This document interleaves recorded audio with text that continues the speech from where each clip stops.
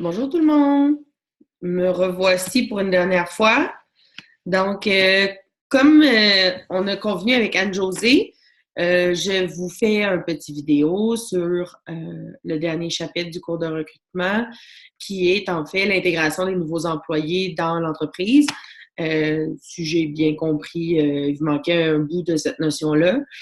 Donc, je vais vous donner par vidéo l'aspect théorique, puis je vais vous envoyer aussi des activités avec les corrigés que vous pourrez faire à la maison. Regarder ensemble. Je pense que j'ai une étude de cas, puis j'ai deux documents de référence comme une liste de choses à penser, puis une grille d'attribution des rôles pour l'intégration des employés. L'intégration des nouveaux employés dans une entreprise. Donc, j'ai eu certaines nouvelles d'étudiants, mais pour le reste, j'espère que vos stages se sont bien passés. Donc, on commence. Donc, intégration des nouveaux employés, bien, premièrement, comment favoriser le taux de rétention de la productivité et la productivité des recrues. Recrues, on parle toujours de nouvelles recrues, donc de nouvelles personnes. Comment faire pour intégrer les nouveaux employés? Quelles sont les meilleures pratiques? Comment on le fait? Puis comment c'est mieux de l'intégrer à notre entreprise? Quelle est l'utilité du manuel d'employé? Donc, vous avez eu l'opportunité de faire un manuel d'employé. Donc, on va un peu voir dans ce cas-ci en quoi c'est vraiment utile, puis comment on peut l'utiliser à bon escient. Donc, pour le plan de la séance, programme d'intégration, préparation de l'arrivée de la recrue. Donc, comme je disais, il y a toujours un avant, pendant et après.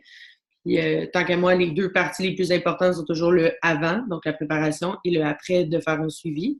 De ne pas laisser la personne en plan puis espérer que ce se soit bien passé puis qu'on ait bien fait notre travail. Donc, manuel de l'employé, outils puis les espaces de travail. On avait parlé entre autres en santé et sécurité, des bottes de cap d'acier, de prévoir que la personne aurait peut-être besoin d'un casque, de lunettes, d'uniforme, bref.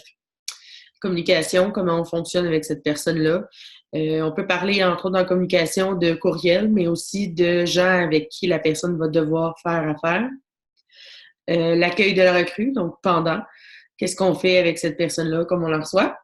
4, socialisation. Qu'est-ce qu'on fait avec cette personne-là une fois qu'elle est là? Ben, on peut parler de formation. Et là, les formations, c'est important de comprendre que parfois, on a quelqu'un de qualifié pour son travail. Par contre, la formation peut être au niveau de l'entreprise et des procédés utilisés à l'interne. Donc, c'est pas nécessairement une formation parce que la personne n'est pas qualifiée. Du mentorat. En fait, du mentorat, c'est assez simple. C'est le fait d'accompagner quelqu'un. Moi, j'appelle ça le tenir par la main, puis essayer de juste le guider, parce que souvent, la personne est déjà compétente. Activité sociale, moi, j'appelle ça le qu'est-ce qu'il y a autour de la job. Donc, de ne pas le laisser dîner seul, par exemple, la première fois, de ne pas l'asseoir, comme vous saviez, en plein milieu d'une réunion la première journée sans nécessairement avoir été présenté à son équipe. Peut-être parler de la salle de bain aussi. Fait qu'on va voir ça dans les prochaines minutes. On dit, saviez-vous que 50% des recrues, donc des nouvelles personnes engagées, démissionnent au cours de leur première année de travail? Ce qui est important de retenir ici, c'est que c'est une perte de temps, c'est une perte d'argent vraiment très importante pour l'entreprise. Si vous faites un petit retour en arrière sur votre cours de recrutement, vous avez vu chacune des étapes que ça nécessite de recruter quelqu'un. Puis là, si on parle de la première année, bien en plus de ça, on a eu ce que j'appelle la courbe d'apprentissage là, qui fait que la personne au début est moins efficace, puis tranquillement, plus le temps avance, plus elle le devient. Bien, en changeant cette personne-là, premièrement, vous avez à recommencer le processus d'embauche, ou du moins partiellement. Et en plus de ça, vous allez devoir réengager, reformer quelqu'un et reprendre cette fameuse courbe-là. Donc, qu'est-ce qu'on fait pour s'assurer de les garder une fois qu'ils sont chez nous? On dit dans les faits, on dit que seulement 25% des entreprises ont un programme d'accueil des employés. Là, l'accueil des employés, c'est le fameux bonjour, bienvenue chez nous, voici comment on fonctionne ici. Donc, seulement 25% des entreprises en auraient un. Est-ce que c'est obligé d'être un grand processus élaboré d'un cartable de 3 pouces? Ben, je pense pas. Je pense que juste d'avoir une certaine procédure puis de savoir qui doit faire quoi à ce moment-là, c'est déjà un bon point de départ. Un bon programme d'accueil et d'intégration peut réduire les départs volontaires de 15 à 20 de bien avoir intégré notre employé peut faire en sorte que le processus va partir sur une note positive et éviter que la personne quitte au bout d'un certain moment. Programme d'intégration. Premièrement, préparation avant, pendant, après. Donc, je vais le répéter souvent. Je l'ai répété souvent dans vos 2 cours et ce sera toujours vrai. Dans n'importe quoi dans la vie, je pense que c'est une bonne idée de l'appliquer. Donc, préparation quelques jours avant. Information sur les règles de l'organisation. On peut commencer à intégrer la personne, par exemple, le code vestimentaire en passant pour ton entrée quand tu vas rentrer lundi. On porte pas de jeans du lundi au jeudi, puis rendu le vendredi, on a toujours une journée jeans qui peut s'appliquer. L'horaire de travail est flexible à l'avance, donc habituellement, on commence toujours entre 8h et 9h et on finit toujours entre 4h et 5h, et ça, c'est à ta guise. Donc, on peut toujours essayer d'intégrer à l'avance certaines notions à l'employé. On peut lui demander de lire parfois, on peut toujours l'inviter à l'avance parce qu'on ne peut pas lui demander. Si on le demande nécessairement, on doit le payer. Mais on peut recommander à la personne, par exemple, de lire le site web avec la mission, valeur, etc. pour se rafraîchir. Même si en théorie, nous, en ressources humaines, on sait très bien que la personne devrait l'avoir fait. Par contre, c'est vraiment pas intuitif pour tout le monde. Accueil, on dit quelques semaines. Ça fait partie de ça. Donc, être capable que la personne maîtrise la culture de l'entreprise. Développement du réseau social de la personne. Donc, elle risque de se faire des amis, s'assurer que la personne est bien intégrée, qu'elle connaît bien les gens avec qui elle s'entoure, s'assurer qu'il y a quelqu'un qui la suit, donc s'assurer qu'elle ne dîne pas seule. Ça commence à jaser. Donc, ça fait partie de l'accueil. Et socialisation, bien, c'est la maîtrise de la tâche elle-même. Donc, on est vraiment dans la courbe d'apprentissage. Développement de la compétence. Donc, non seulement la personne était probablement compétente à l'avance, mais en plus de ça, elle le devient en particulier pour ce poste-ci. Et c'est vraiment ce qu'on appelle le début de carrière, là, qui finalement, là où on ajoute de l'huile dans l'engrenage, puis où tout ça commence à bien fonctionner. Ce qu'on dit, c'est que de façon générale, tout ce processus-là complet peut prendre 3 mois. Donc, on a le avant, le pendant, puis le après. Donc, le après, c'est vraiment la fin du 3 mois où la personne vraiment, c'est vraiment rendu une routine de venir travailler. Elle a des habitudes avec qui elle prend ses pauses, quand est-ce qu'elle prend ses pauses, avec qui elle dîne. Elle a probablement des amis qui sont en train de se faire à l'intérieur de l'entreprise. Son travail est maîtrisé aussi. Les clients sont peut-être plus à l'aise avec la personne. Donc, c'est ça. Ça prend au total une période de 2 ou 3 mois pour intégrer tout ça. Préparation de l'arrivée de la recrue. Si jamais vous avez encore votre livre de recrutement, ce que je vous souhaite, vous pouvez aller voir en détail la page 501 avec l'encadré. Donc, on parle ici du manuel de l'employé. Donc, qu'est-ce qu'il doit comprendre? Synthèse l'information que l'employé doit connaître. On parle entre autres des missions, valeurs, etc. de l'entreprise. L'objectif, ben, c'est un partage de l'organisation, partage de l'information qui concerne l'entreprise. Peut-être l'historique, ça peut être intéressant. On peut parler d'où ça vient, qui sont les membres dirigeants depuis le début. Par exemple, j'ai le père d'un ami qui avait parti d'une entreprise de plantes quand il était jeune. Ben là, c'est Plantes et Décors Véronneau, en passant, si vous vous posez la question.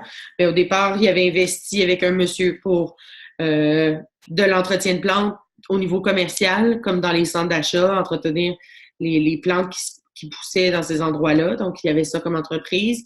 Il a vu un marché s'ouvrir parce qu'il y a eu une crise économique. La crise économique a fait en sorte que les centres d'achat investissaient de moins en moins pour des services comme ça. Donc, c'est à ce moment-là qu'il a décidé d'ouvrir une entreprise qui, elle, allait vendre des plantes de qualité artificielle.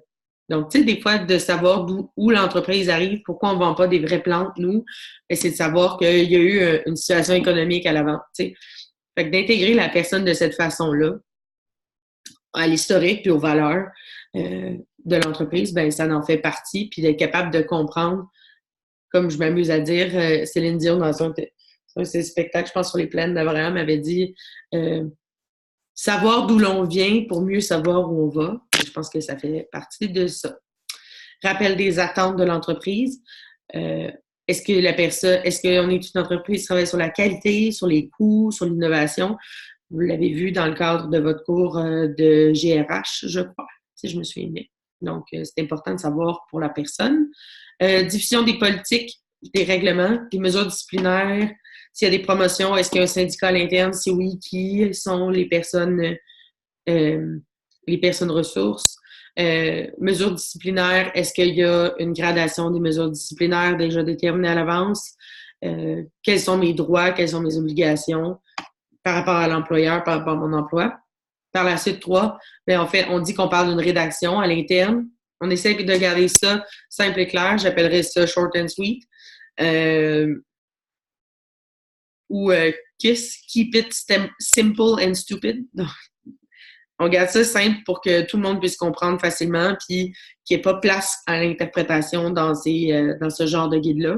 On veut que ça simplifie les choses, fait qu'on essaie de garder cet objectif-là en tête. Adapté à la réalité de l'organisation. Effectivement, donc on s'assure que les décisions qu'on prend en papier, les mesures qu'on prend en papier sont applicables pour nos employés. Toujours très important.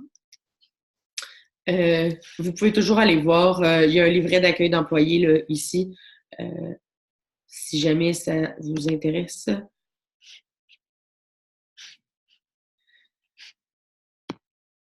Donc, livret d'accueil d'employés, 3 exemples réussis pour bien intégrer autrement. Vous pouvez aller voir les options ici. Vous irez le consulter par vous-même. Je retournerai à la présentation. Donc, préparation à l'arrivée de la recrue, outils et espaces de travail. Bien, premièrement, la préparation des installations physiques. Est-ce que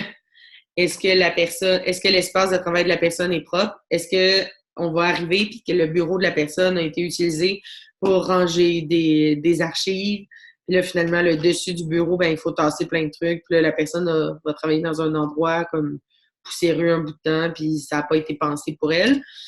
Si jamais vous êtes capable d'avoir à l'avance une affiche personnalisée, parfois on peut avoir ça sur certains bureaux.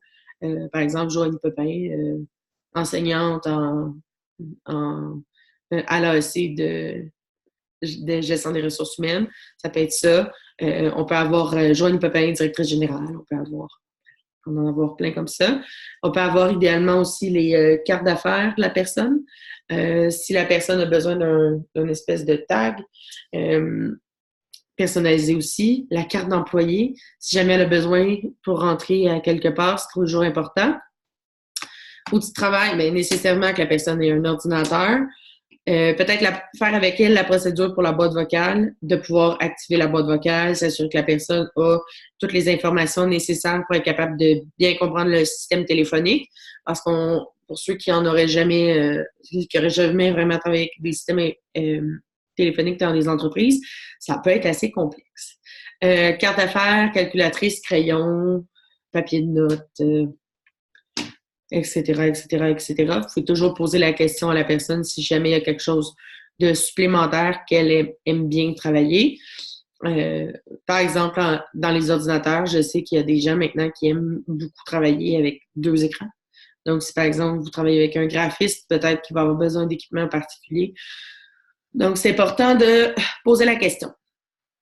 Équipement de sécurité. Ici, il parle de mots de passe, clés, cadenas, etc. Mais je parlerai entre autres de casques de construction, bottes de construction ou les capes d'acier temporaires, lunettes de construction, dossards au besoin.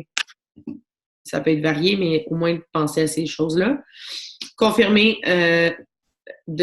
par la présence du superviseur lors de la première journée. Donc, ce qu'on dit, c'est assurez-vous que la personne de qui va découler cette personne-là, donc le supérieur immédiat, va être présent cette journée-là et pas comme votre superviseur est en vacances pour les 2 prochaines semaines, vous le rencontrerez éventuellement.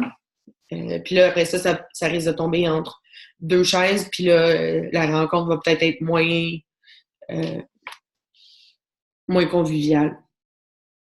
On peut créer puis utiliser une nouvelle grille d'accueil. Vous la verrez, entre autres, en annexe. J'en ai ajouté une dans vos documents. Préparation à l'arrivée de la recrue. Bien, à l'interne, les collègues doivent savoir que quelqu'un a été embauché et sera reçu.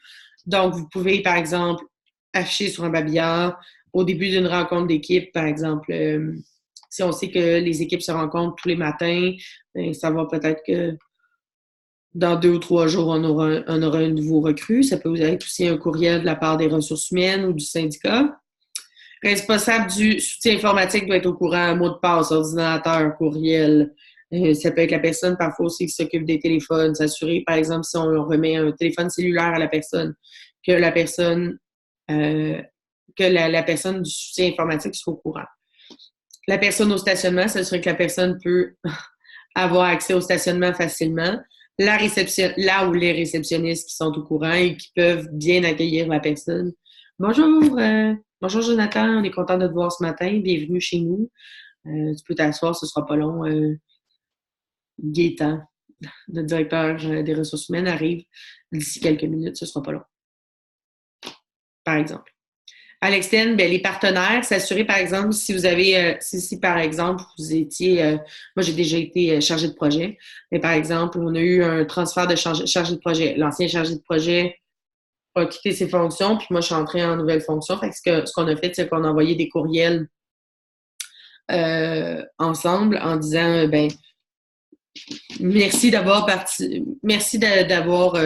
participé avec votre projet avec moi. Je transfère le dossier à la nouvelle personne qui sera maintenant joignée, par exemple. Donc, on prend l'information, on clôt une relation, puis on en ouvre une nouvelle tranquillement.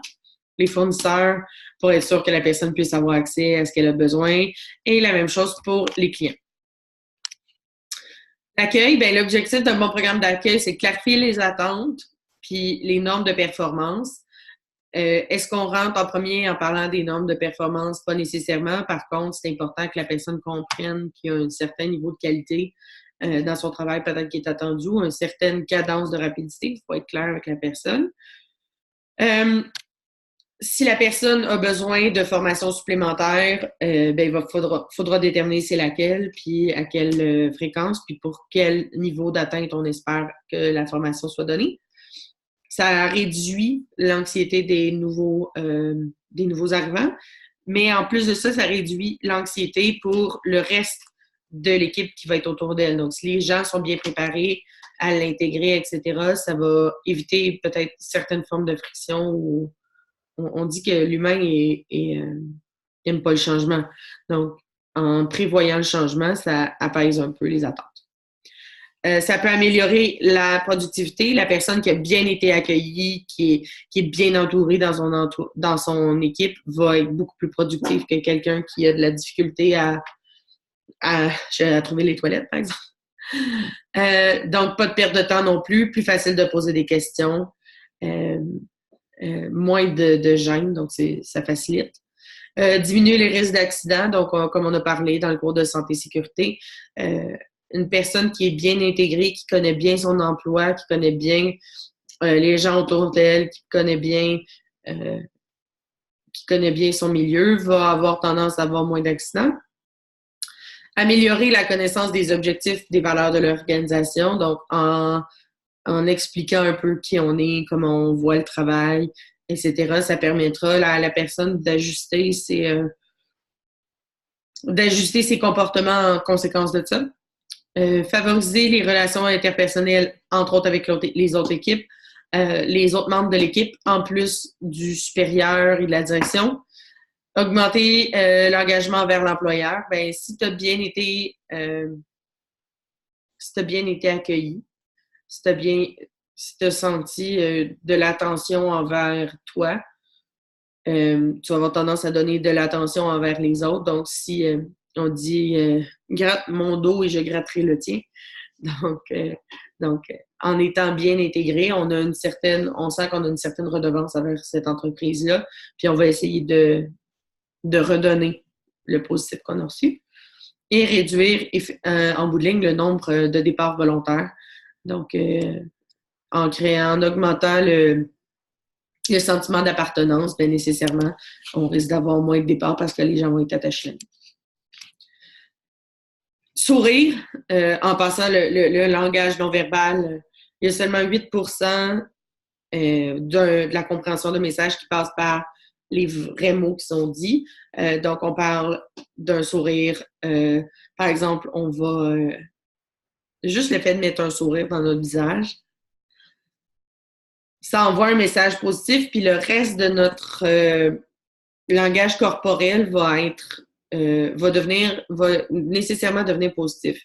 Donc, il faut faire attention à la façon dont on se place.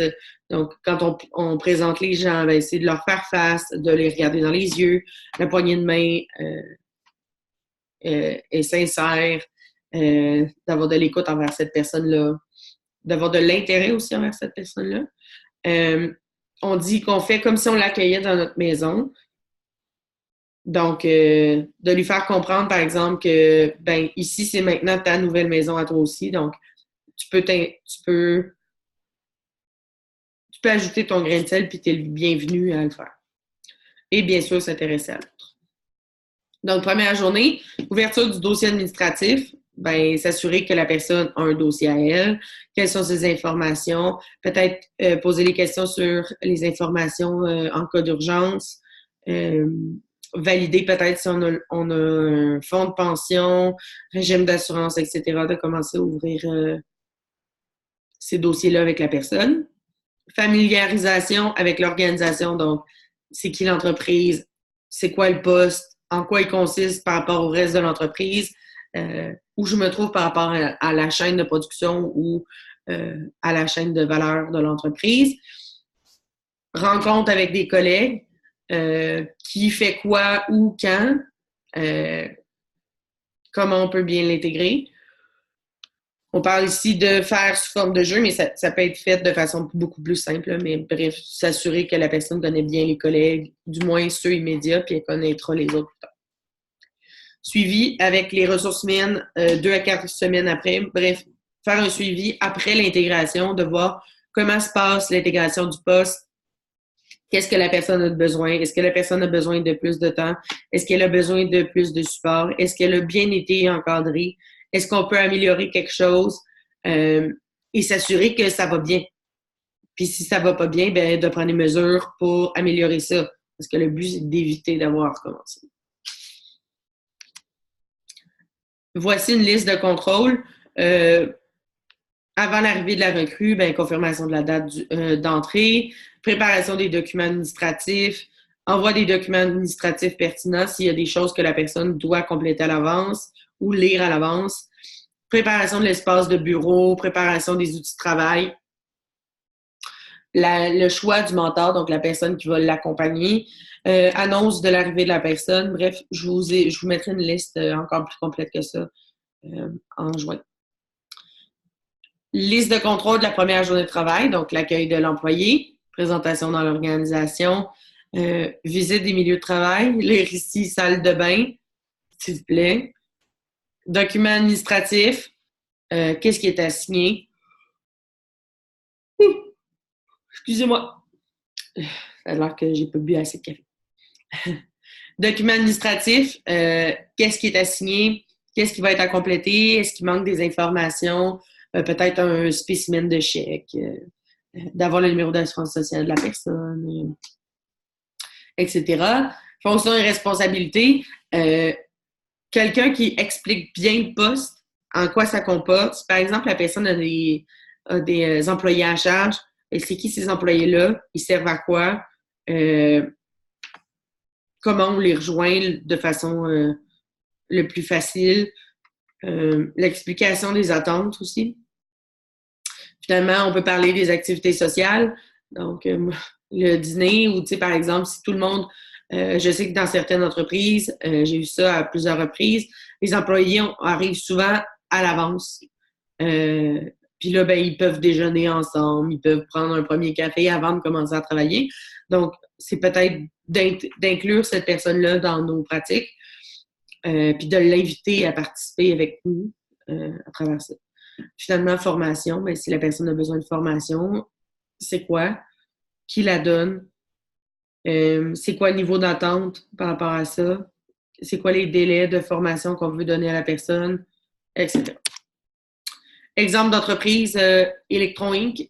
Objectif, atteindre un taux de productivité d'un employeur moyen en 1 mois. Ben, le superviseur, la journée d'accueil se consacre entièrement à son nouvel employé.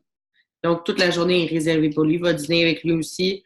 Il va s'assurer d'avoir fait le tour de l'entreprise, etc. Remplir les documents, carte d'employé, clé, stationnement, portrait de l'entreprise, mission, valeur, programme. Peut-être parler des différents produits si vous ou des différents services si vous en avez, même si c'est un concierge qui n'aura pas affaire à ça. Je pense que c'est toujours important de savoir que la personne comprenne le but de l'entreprise pour savoir comment il peut y prendre place, puis comment il peut mettre l'épaule à la roue par rapport à ça, puis ça augmente le sentiment d'appartenance et donc nécessairement diminue le taux de possibilité de départ. Présenter les futurs collègues, qu'est-ce qu'ils font aussi, à quoi ils servent, dans quel cas tu peux te référer à cette personne-là. Présenter les lieux de travail puis la mission de chacun des lieux. Donc, voici le département des ressources humaines. Dans ce département-ci, si jamais tu as des questions par rapport à ton horaire, tes payes, etc., c'est ici. Par la suite, voici le département de comptabilité. Par la suite, voici l'usine qui, elle, sert à produire le vin. Par la suite, dans la salle d'à côté, c'est la salle qui sert à produire la bière. Et par la suite, c'est la chaîne de production sur l'emballage qui va aller emballer chacun de ces produits-là de façon définitive. Donc, la personne comprenne qu'est-ce qui est quoi à l'intérieur de l'entreprise pour ne pas la laisser dans le néant et l'intégrer. Explication des tâches du nouvel employé. Donc, voici ce que tu auras à faire, voici ce que ça implique. On peut intégrer, on peut lui montrer quelqu'un qui est peut-être déjà en train de faire un travail équivalent. Décrire les objectifs, responsabilités puis les normes. Donc, sur quoi la personne va être évaluée. En anglais, on parle de KPI. En français, on parlerait de clé de performance. Indicateur clé de performance. Ah, c'est ça. Donc, par exemple, pour une caissière, ce serait entre autres, l'évaluation d'une caissière se fait entre autres sur le nombre d'articles par minute que la personne scanne. Donc, on dit en moyenne, on scanne à peu près, je dis n'importe quoi, là, mais 7 articles par minute. Ben là, on va être capable de dire à la personne, en moyenne, une caissière scanne 7 articles par minute. Je veux que tu comprennes qu'on est chez IGA et que oui, le nombre d'articles par minute est nécessairement important. Par contre, on a aussi d'autres indicateurs comme la satisfaction des clients puis le fait que les clients ont une approche plus personnalisée. On le guide un peu là-dedans. Heure de lunch, le superviseur dîne avec les employés et les autres. Donc, on essaie de recréer cette espèce de milieu-là, de l'intégrer. Non seulement si la personne nous connaît, nous, mais en plus de ça, on va nous l'intégrer aux autres tranquillement. Donc, on essaie de passer l'aspect social à quelqu'un d'autre. En après-midi, ben, on essaie de lui faire une tâche, de voir avec le superviseur si le superviseur peut commencer à lui enseigner la tâche ou un autre collègue qui sera son mentor. Les 3 journées suivantes, ben, c'est la formation sur la tâche elle-même, supervision jumelée avec un mentor. Donc, voici comment on le fait. Moi, je le fais, comme je vous disais souvent, see one, do one, teach one. Vois-en un, fais-en un, enseigne-en un. Donc, tranquillement, d'amener l'employé à être capable de réaliser lui-même la tâche. Je propose qu'à la fin de la semaine, on rencontre l'employé pour être capable de voir avec lui si il est satisfait, comment s'est passée sa semaine, qu'est-ce qu'il aimerait améliorer, qu'est-ce qu'il aimerait enlever, bref. 1 mois après l'embauche, on fait une vraie rencontre officielle avec le superviseur, l'employé, les ressources humaines, le syndicat au besoin, et on voit comment ça s'est passé, puis on met vraiment carte sur table de façon plus claire pour essayer de faciliter l'intégration, de corriger s'il y a des choses à corriger. pendant que le moule est encore souple. Socialisation, donc formation, l'objectif, c'est développer les compétences requises pour le poste, puis permettre à la recrue d'être rapidement efficace dans son emploi, dans sa job, dans son poste. Donc, il y a plusieurs formes de formation qu'on peut leur donner. Formation de base de l'employé. Par la suite, on peut préciser des nouvelles fonctions qu'il faudrait que la personne aille. Par exemple, c'est une réceptionniste, par contre, j'ai vraiment engagé une réceptionniste qui est habituée à faire ça. Par contre, moi, chez moi, j'aimerais ça que la personne fasse, en plus de ça, des tâches de comptabilité quelconque. Donc, pour cette raison-là, je vais lui donner une formation supplémentaire pour mon poste à moi que j'ai besoin. Et par la suite, il faut évaluer les coûts de cette formation-là pour essayer de valider que c'est bien rentable. Mentorat, donc on veut développer un lien entre une personne qui a une expertise puis une personne qui est nouvelle. Le but étant de faire un transfert d'informations. Donc, on pourrait parler, on voit beaucoup ça avec les baby boomers. Donc, on engage maintenant pour transmettre le savoir qu'ils ont développé avant qu'ils quittent. Donc, on leur donne comme des retraites à l'avance tranquillement. Ils peuvent travailler à temps partiel ou en horaire coupé ou à distance, pas grave. Et transférer leur savoir envers quelqu'un qui est plus jeune, qui lui va pouvoir reprendre le flambeau de ça. On dit que ça aide le recrue à développer ses connaissances, ses habiletés et ses comportements. Comportement, on va voir ça, entre autres, dans un cas où on a besoin de, par exemple, quelqu'un en vente qui a certaines réactions par rapport à un client, d'être capable de bien comprendre le jeu du client, qu'est-ce que le client veut vraiment, comment nous, on peut réagir puis répondre à ce besoin-là en échange. Donc, on va parler de comportement dans ce cas-ci. Aider la recrue à développer sa carrière. Donc, le mentorat, donc le mentor, est une personne qui est habituellement vers la fin de la carrière, qui a, par exemple, probablement eu un poste important au sein de l'entreprise, qui, là, va passer l'information. Donc, expliquer à la personne comment elle est parvenue, quels sont les autres débouchés peut-être possibles par rapport à ça, expliquer son propre cheminement, qu'est-ce qui a fait en sorte que je suis allée vers une branche plutôt qu'une autre. Donc, essayer de partager cette information-là pour guider un peu notre nouvel employé. Et remplir une fonction psychosociale qu'on dit de conseil et de soutien affectif, entre autres, pour que la personne sente qu'il y a un lien avec l'entreprise. Donc, on a un pilier de l'entreprise qui tend la main à une nouvelle recrue. Ça augmente le sentiment d'appartenance aussi et ça permet à la personne de se sentir comprise. Donc, hey, moi aussi, j'ai déjà été à ta place. C'est pas évident au début. Tu vas voir, tranquillement, tu vas t'habituer, tu vas développer tes techniques. Puis, de toute façon, je vois que t'es super bien parti. J'en ai vu plusieurs, puis je trouve que ça va bien. Mais là, de savoir que quelqu'un qui connaît ça embarque dans le processus, puis est favorable par rapport à ça, c'est important pour l'employé. Et pratique en croissance dans les organisations.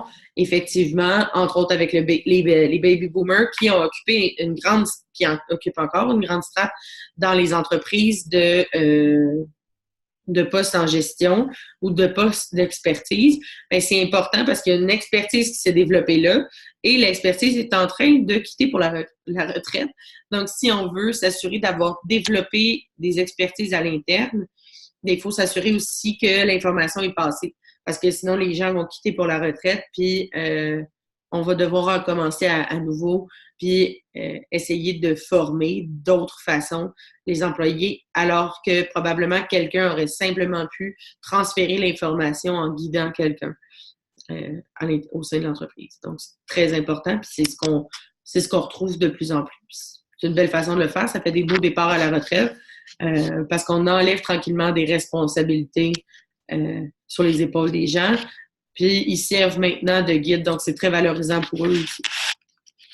Activité sociale, mais l'activité auquel les employés participent volontairement. Je suggère toujours que ce soit volontaire, mais c'est que ce soit volontaire, mais fortement suggéré.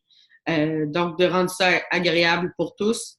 C'est pas tout le monde qui est sportif dans une entreprise. Donc, est-ce que l'activité sportive doit être la seule activité rassembleuse au sein d'une entreprise? Je crois pas. On peut parler de cocktails, de ligues sportives, des rallyes, des chasses au trésor, les récits party de Noël. J'ai déjà travaillé dans une clinique, on avait un party de Noël où c'était seulement que les employés, mais l'été, on faisait une fête plus familiale, genre aux pommes, où tous les employés, les familles, les enfants, etc. étaient les bienvenus. Puis on faisait un party d'été comme ça, où tout le monde était ensemble. Ça rapproche les familles, ça crée aussi beaucoup de liens d'amitié à travers les employés, à travers les enfants des employés, etc., etc. Donc, le cercle s'agrandit, puis ça augmente, encore une fois, le niveau de rétention des employés. Très important. Objectif, bien, apprendre à connaître ses collègues autres qu'en tant que collègue. Donc, la réceptionniste a peut-être une même passion de la moto que, par exemple, le directeur des finances. Puis là, ben, ils peuvent se mettre à être amis ensemble, puis ça va faire que ça solidifie la structure de l'entreprise. Plutôt que de la séparer vraiment par département, ben, ça peut aller augmenter cet effet-là. Créer des liens en dehors du travail. C'est toujours le fun de voir que nos employés s'entendent vraiment bien, puis qu'en plus de passer toute leur semaine ensemble, prennent le temps de se voir à l'extérieur, de s'entraider. Créer des relations intergénérationnelles, ça aussi, c'est intéressant.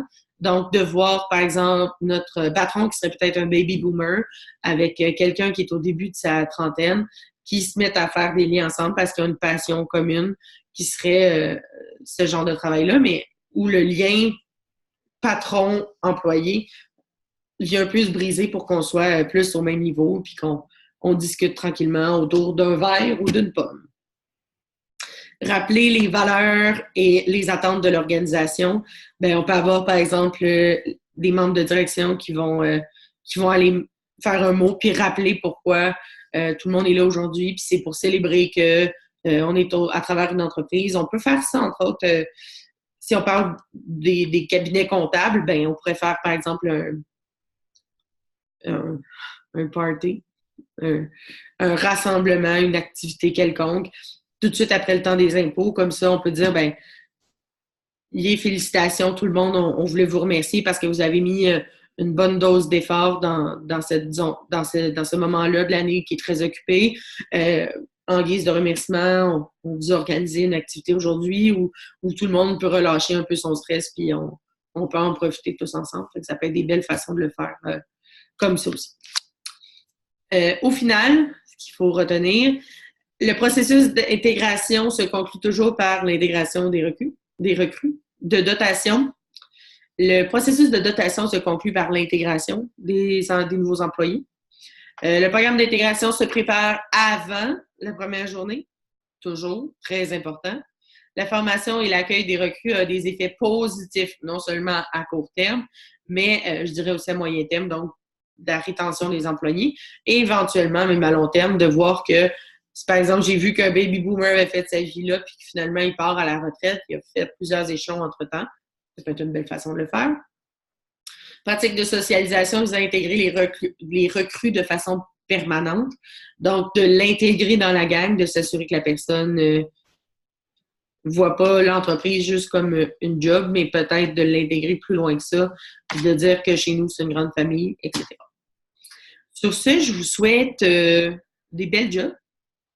Je vous souhaite des belles carrières. Je vous mets d'autres documents en pièces jointes avec ça. Puis, on se reparle. Bye!